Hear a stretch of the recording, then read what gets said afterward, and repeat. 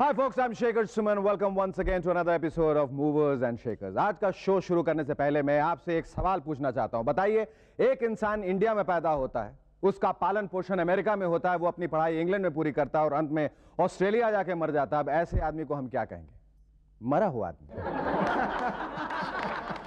Stay tuned, we're back with two wonderful guests. One South की कुड़ी and the other Punjab the Munda. Suchitra Pillai and Sukhbir, but before that, give a big round of applause for Sharya. Welcome back. Hi, I'm Shekhar Suman and you watching Movers and Shakers. लोगों की तरह शहरों का भी अपना एक character होता है. जैसे मुंबई में रुपया पैसा रोजी रोटी सब मिल जाता है, लेकिन जगह बड़ी मुश्किल से मिलती है. एक बार काफी घर देखने के बाद मिसेस माथुर को एक कमरा पसंद आया, पर उन्होंने एजेंट से कहा कि ये शायद मेरे पति को पसंद ना आए. एजेंट बोला, मैडम ये कमरा रख लीजिए, अगर हाथ से चला गया तो नहीं मिलेगा, पति तो हजारों मिल जाएंगे. देखा आपने, आजकल की पति की वैल्यू ही नहीं रह गई. आजकल औरतें मर्दों की हुकूमत से पूरी तरह आजाद हो गई हैं. जैसे कि प्रसार भारती बिल से रेडियो और दूरदर्शन आजाद हो गया. इस पर मैंने एक सज्जन से पूछा, जनाब आप रेडियो सुनते हैं? बोला, मियां शादी से पहले बीबी सुनते थे, अब बीवी की सुनते हैं. वैसे बात चाहे करंट बीवी की हो या होने वाले बीवी की, चलती तो महिलाओं की है. ये सब देखकर तो नौजवान शादी से डरते होंगे, ऐसा मैंने सोचा. लेकिन यहां तो कुछ मामला उल्टा ही है. एक फूल और दो माली. एक लड़की ज्योतिषी को अपना हाथ दिखाते हुए बोली, ज्योतिषी जी विजय और रवि दोनों मुझसे बेहद प्यार करते हैं, दोनों मुझसे शादी करना चाहते हैं, बताइए इन दोनों में से भाग्यशाली कौन होगा? ज्योतिषी बोला, विजय तुमसे शादी करेगा और रवि भाग्यशाली होगा. आज मेरा एक दोस्त मिला, बड़ा खुश था. मैंने खुशी का राज पूछा तो बोला, अभी अभी प्लेजर ट्रिप से लौटा हूं. मैंने पूछा, कहीं बाहर गए थे, देश से बाहर गए थे? कहाँ, महाबलेश्वर, ऊटी? उसने कहा, नहीं, अभी अभी मैं अपने सास को स्टेशन छोड़कर आया. दोस्तों एक बात बताइए कि मियाँ बीवी में कौन ज्यादा कंजूस होता है? मेरे ख्याल में पति ज्यादा कंजूस होता है. इसका एक उदाहरण देता हूं. एक कंजूस की बीवी ने जुड़वा बच्चों को जन्म दिया तो वो खुशी से चिल्लाया, चलो अच्छा हुआ, अगली बार अस्पताल आने का खर्चा बच जाएगा. वैसे मियाँ बीवी के रिश्ते से मुझे एक और बात याद आई. एक सज्जन अपने दोस्त को बता रहे थे कि यार मैं सीमा से शादी करने के लिए तैयार हूं, सीमा और उसके घर वाले भी राजी हैं. इस पर उनका दोस्त बोला, तो देर किस बात की, कर लेना शादी. इस पर वो बोले, यार प्रॉब्लम मेरी तरफ से है, मेरे कुछ रिश्तेदार इस शादी के एकदम खिलाफ हैं. इस पर दोस्त ने पूछा, तुम्हारे रिश्तेदारों में कौन कौन राजी नहीं है, जरा मुझे भी तो बताओ. उन सज्जन ने ठंडी सांस छोड़ी और बोले, मेरे बीवी और मेरे बच्चे. इस रिश्तेदारी से मुझे अपने बिहार की याद आ गई. दोस्तों जब मैं बिहार में था तो हमारे घर के पास ही एक नेताजी ने भी घर लिया. एक दिन उनका लड़का अपनी गोद में एक बच्चा लिए हुए हमारे घर पर पधारा. उसने अपना परिचय दिया कि वो नेताजी का सबसे बड़ा बेटा है. जब मैंने गोद वाले बच्चे के बारे में पूछा तो वो बोला, ये मेरा दूर का रिश्तेदार है. मैंने कहा, दूर का रिश्तेदार? मैं कुछ समझा नहीं भैया. तो बोला, दरअसल ये मेरा सबसे छोटा भाई है और इसके और मेरे बीच 8 भाई बहन और.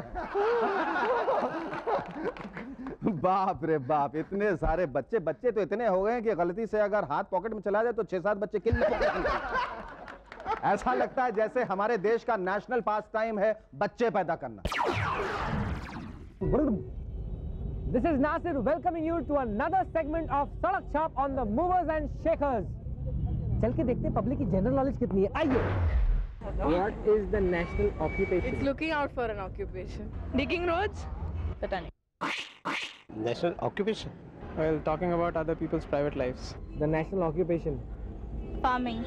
Loitering about. Sitting around and gossiping all around. What according to you is the national occupation? Lukhagiri. Just flirting around. Oh. I don't know. I think producing babies.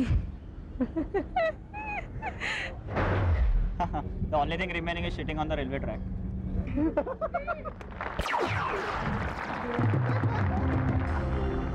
हाँ, तो बच्चों की बातों से मुझे एक और वाकया याद आया. एक पार्क में 3 बुजुर्ग बैठे अपने जवान बेटों के बारे में डिस्कस कर रहे थे. पहला बोला, यार मेरा बेटा कोई काम काज नहीं करता है, हर समय कमबख्त निठल्ला बैठा रहता है, मेरा कोई भी काम करने के वो 50-100 रुपए मांग लेता है, सोचता हूं उसे पुलिस में भर्ती कर दो.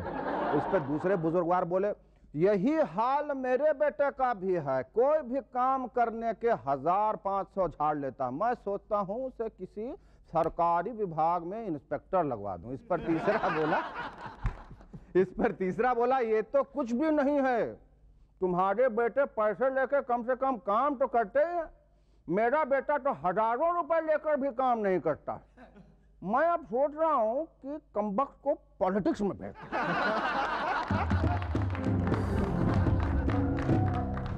देखा क्या जमाना आ गया।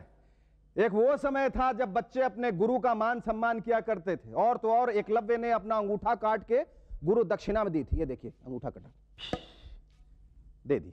लेकिन आजकल के विद्यार्थी वो कुछ भी पूछो तो अंगूठा दिखाते। चाहिए लो। अभी अभी खबर मिली है कि दिल्ली के एक सरकारी अस्पताल में 200 मरीज बाल बाल बच गए क्योंकि वहां के डॉक्टर्स स्ट्राइक पर। Welcome back. Hi, I am Shekhar Suman, you watching movers and shakers. वैसे तो हमारे देश में भिखारियों की जनसंख्या करोड़ों में है, लेकिन क्या आप बता सकते हैं कि वो कौन सा वक्त होता है, कौन सा समय होता है जब हमारे यहाँ भिखारियों की गिनती और भी बढ़ जाती है? And the answer is election के समय। जब आपके द्वार पर वोट मांगने वालों की लाइन लगी है, दे दे बाबा दे दे, मुझे देना, मैं बहुत काम करूंगा। इस साल नल लगवा दूंगा, अगले साल उस नल में पानी डाल दूंगा। और दूसरा सवाल है दो देशों का। बताइए, अगर भारत और पाकिस्तान का पार्टीशन न हुआ होता तो हमारे देश में सबसे ज्यादा फायदा किसे होता? एंड द आंसर इज हमारी क्रिकेट टीम को। भारत पाकिस्तान का अगर पार्टीशन नहीं होता तो फायदे के साथ साथ हमें कुछ और परेशानियों और समस्याओं का भी सामना करना पड़ता है। समस्याओं से एक समस्या मुझे याद आई। एक बार एक नेताजी से कुछ लोग देश की बढ़ती हुई समस्याओं को लेकर डिस्कस कर रहे थे। लोगों को शिकायत थी कि आजादी के 50 साल के बाद भी हमारी सारी प्रॉब्लम ज्यों की त्यों बनी हुई। एक तरफ जापान को देखिए, पूरी तरह से तबाह होने के बाद भी हमसे कितना आगे है। वहां की सरकार अपनी जनता का कितना ख्याल रखती है। आप लोग क्यों नहीं उनसे सबक लेकर हमारी प्रॉब्लम्स दूर करते हैं? इस पर नेताजी बोले, हम जल्दी जापान पर अटैक करने वाले हैं। उनकी ये बात सुनकर सभी लोग आश्चर्य में पड़ गए। उनमें से एक बंदे ने डरते डरते पूछा, हमारा देश जापान पर हमला कर देगा? आखिर क्यों? इस पर वो बोला, इस हमले में निश्चित रूप से जापान जीत जाएगा और हमारे देश पे कब्जा कर लेगा और हमारी सारी प्रॉब्लम्स जापान की प्रॉब्लम्स हो जाएगी। एक साहब अपने होने वाली समधी जी से कह रहे थे, क्या जमानो आ गए हो, शादी के टाइम लड़की भी दो और ऊपर से लाखों रुपए का दहेजमा भी दो। इस पर उसके समधी जी बोले, ओ जी दुखी क्यों होते हो, आप सिर्फ दहेज दे दो, लड़की अपने पास ही रखो। एक प्रेमी अपने प्रेमिका से कहने लगा, अगर तुम में हिम्मत है तो दुनिया से बगावत कर लो, अगर तुम में हिम्मत है तो दुनिया से बगावत कर लो, वरना माँ बाप जहां चाहे वहीं शादी कर लो। ऐसे ही कुछ अजीब व गरीब शायरी सुनने के लिए चलते हैं इस मुशायरे में। कभी कभी मेरे दिल में ख्याल आता है, कभी कभी मेरे दिल में ख्याल आता है, पगार का पैसा पहले 10 दिन में ही क्यों खत्म हो जाता है? तुम तो ठहरे परदेसी, साथ क्या निभाओगे? तुम तो ठहरे परदेसी, साथ क्या निभाओगे? पिछले महीने का हिसाब बाकी है, ये बिल कब चुकाओगे? एक ही लल्लू काफी है बर्बाद गुलिस्तां के लिए, एक ही लल्लू काफी है बर्बाद गुलिस्तां के लिए। हर राज्य में लल्लू बैठा है, अंजाम गुलिस्तां क्या होगा? घोड़े की लीद धनिये में बनिए मिलाएंगे, घोड़े की लीद धनिये में बनिए मिलाएंगे। वो दिन नहीं है दूर जब हम सब हिनहिनाएंगे।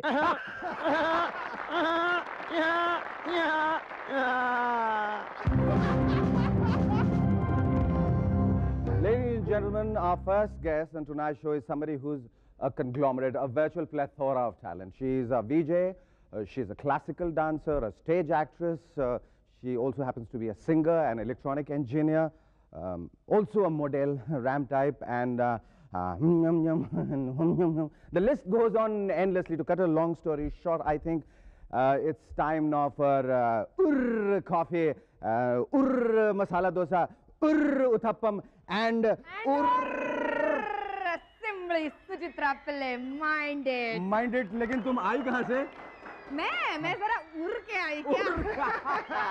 Suchitra Pillai, simply Suchitra, yes. Simply Suchitra, simply ये जो तुम प्रोग्राम करती हो चैनल वी पर, हाँ. ये क्या है?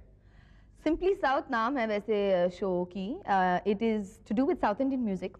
And South Indian music as in from 4 different languages, Malayalam, Kannada, Telugu, Tamil. तो तुम ऐसा नहीं लगता तुम you just being very parochial, तुम साउथ की हो और साउथ के सारे काम कर रही हो, क्या नॉर्थ में अपील बस नहीं? क्या आपने देखा नहीं, मैं भांगड़ा भी कर लेती हूँ. हाँ हाँ, और क्या क्या कर लेती हूँ? बहुत कुछ. नॉर्थ का क्या क्या करती है? नॉर्थ का जरा मैं भांगड़ा कर लेती हूँ, वैसे पकौड़े वकौड़े पका लेती हूँ. और खा भी लेती हूँ? हाँ हाँ. और अच्छा, तुमने मूवीज में काम किया, मैंने तुम्हारे बायोडाटा में पढ़ा था, बहुत मुख्तलिफ किस्म के तुम्हारे अनुभव है. मुख्तलिफ का मुझे जरा ये अलग मतलब अलग मैं मतलब अभी क्वेश्चन पूछ हटके थोड़ा सा हटके. हाँ. और तो simply south, drama school, movies, Hollywood, ये कैसे ये डेटूर जो हुआ है वो? हाँ, नेटवर्क वैसे I don't know how it came about. शुरुआत तो इंजीनियरिंग से हुई. इंजीनियरिंग से. हाँ, लेकिन अच्छा. मैंने डिग्री कभी यूज ही नहीं किया है. As soon as I went to London, वहाँ थोड़ा बहुत टीवी स्टूडियो प्रोडक्शन की कोर्स कर ली. ड्रामा स्कूल में एक कोर्स कर लिया. I did a French film which was about. Don't look at me like that.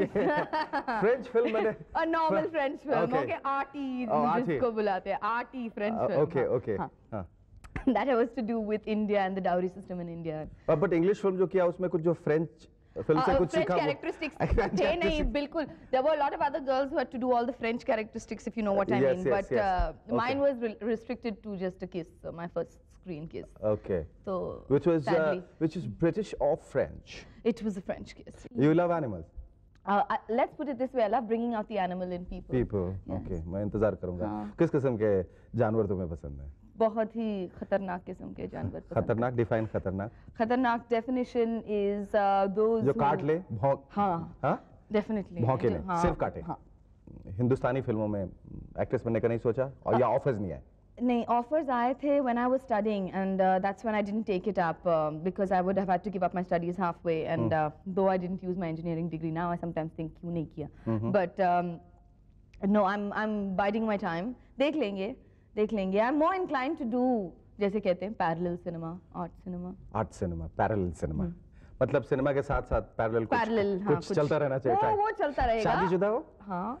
फिर पैरेलल सिनेमा की क्यों बात कर रहे अरे हो? हाँ? बस बस? सब कुछ लाइफ में सब कुछ पैरेलल ही चलता है. अच्छा, पतिदेव कहाँ हैं आपके?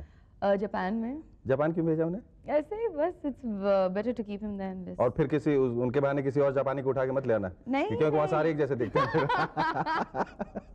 स्टेज पे भी काम किया है. Yes, I have. Yes. वो Mahesh Dattani के well at the moment I'm doing one of his plays in India called Dance Like a Man.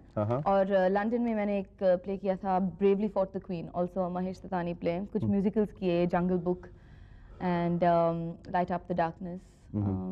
Few things here and there, कुछ pop videos किए London में, Bali Sagu, Dil Cheese. And now you're married to be engaged to a lot of other things which you have Engaged to a lot of other things, Other things, especially yes. professional. Yes. Professionally, yes. Yes. Nice talking to you, Suchitra.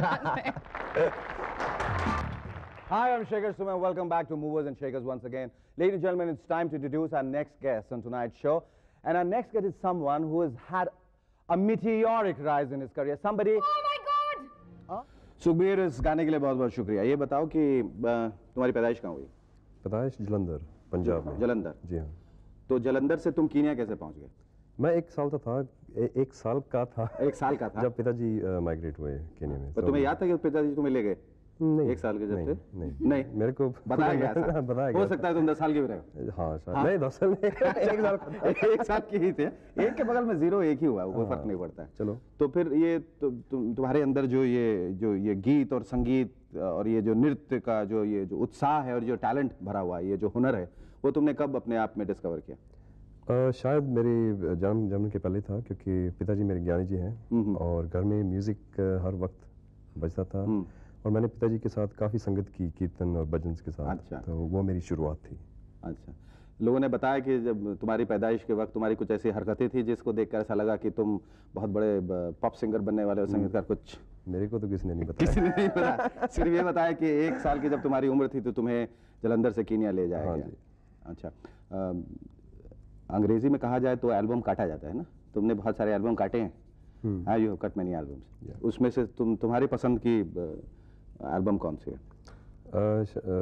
मेरी पसंद की आखिरी होएगी. अब आखिरी की जो last हमने रिलीज की है, गल बन गई. गल बन गई. जी हाँ. ये गल बन गई कहाँ से इंस्पायर हुए, किसके साथ गल बन गई थी ਤੁਹਾਡੀ गल कितने नाल बनी? मैं अच्छा हम केनिया हॉलीडे के लिए गए थे। अच्छा। और उधर मैं स्विंग के ऊपर बैठा हुआ था, स्विंग मेरे इन लॉज के घर। अच्छा। तो बस ऐसे ही स्विंग हो रहा था तो वो इंस्पायर उधर से ही हो गया with that momentum. When you had a swinging time. हाँ थोड़ा मगर वो स्विंग थोड़ा स्लो हो रहा था। मुंडे दी कुड़ियां दी गल बन गई मन गई। मैंने फिर मेरी वाइफ को बुलाया, मैंने कहा थोड़ा जोर से धक्का लगाया। अच्छा अच्छा, मुझे ऐसा लगता है शायद दर्शकों को भी ऐसा लगे कि एक पंजाबी खून होने के नाते, पंजाबी पुत्र होने के नाते तुम थोड़े सबड्यूड, मतलब वो उत्साह जो तुम्हारे संगीत में दिखता है, जो गीत में दिखता है, वो बात इस वक्त नहीं आ रही है। ऐसा क्यों है? ऐसा तो नहीं कि सारी एनर्जी तुम वो स्टेज पे यूज कर लेते हो या गाने के वक्त यूज कर लेते हो, बाकी कुछ बचता ही नहीं। हाँ, आधी एनर्जी तो आपने यूज कर ली इधर पहले गाने में। हाँ, और बाकी मैं यूज करने की कोशिश कर रहा हूँ। इसकी वजह शायद हम केनिया में रहे और पंजाब का उधर कल्चर इतना स्ट्रांग नहीं है जितना, और लाइफस्टाइल भी काफी डिफरेंट है, तो लोग काफी लेट बैक है उधर। तुम अपने रूट्स के बहुत करीब हो। बहुत। जी हाँ। और उसके लिए तुम क्या क्या तुम्हारी कोशिशें रहती?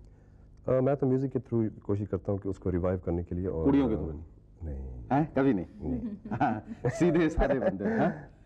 अब ऐसे कैसे? अच्छा, आगे भविष्य का क्या प्लान्स है? क्या बस जितनी देर तक मैं कर सकूंगा मैं गाऊंगा। कभी एक्टर बनने को सोचा? नहीं। कलाकार नहीं? ऐसा क्यों नहीं सोचा? मतलब हर हिंदुस्तानी जो यहाँ से बाहर जाता है और जो बाहर या तो पैदा होता है, वो बड़ा होकर सिर्फ एक ही चीज बनना चाहता है, एक्टर। भले उसे कुछ ना आता हो, लेकिन बनना वो एक्टर चाहता है। तुम्हारे अंदर कभी ऐसी कोई ख्वाहिश नहीं जागी? ऐसी कोई ख्वाहिश नहीं थी। मैं वैसे पायलट बनना चाहता था। अच्छा। मगर मेरे दोस्तों ने सबने डिस्करेज किया कि नहीं, तो वो छोड़ के तुम संगीतकार बन? जी हाँ। ठीक है। एक गुजारिश करूं तो वो गुस्ताखी तो नहीं होगी? तो हमने प्रोग्राम की शुरुआत एक बहुत ही अच्छे गाने से की थी, तो अगर उसका वाइंड अप भी एक उतने ही अच्छे गाने से हो जाए तो बहुत मजा आ जाए। क्यों नहीं? हाँ? और सॉन्ग और माइक और डांस और उठो और चलो।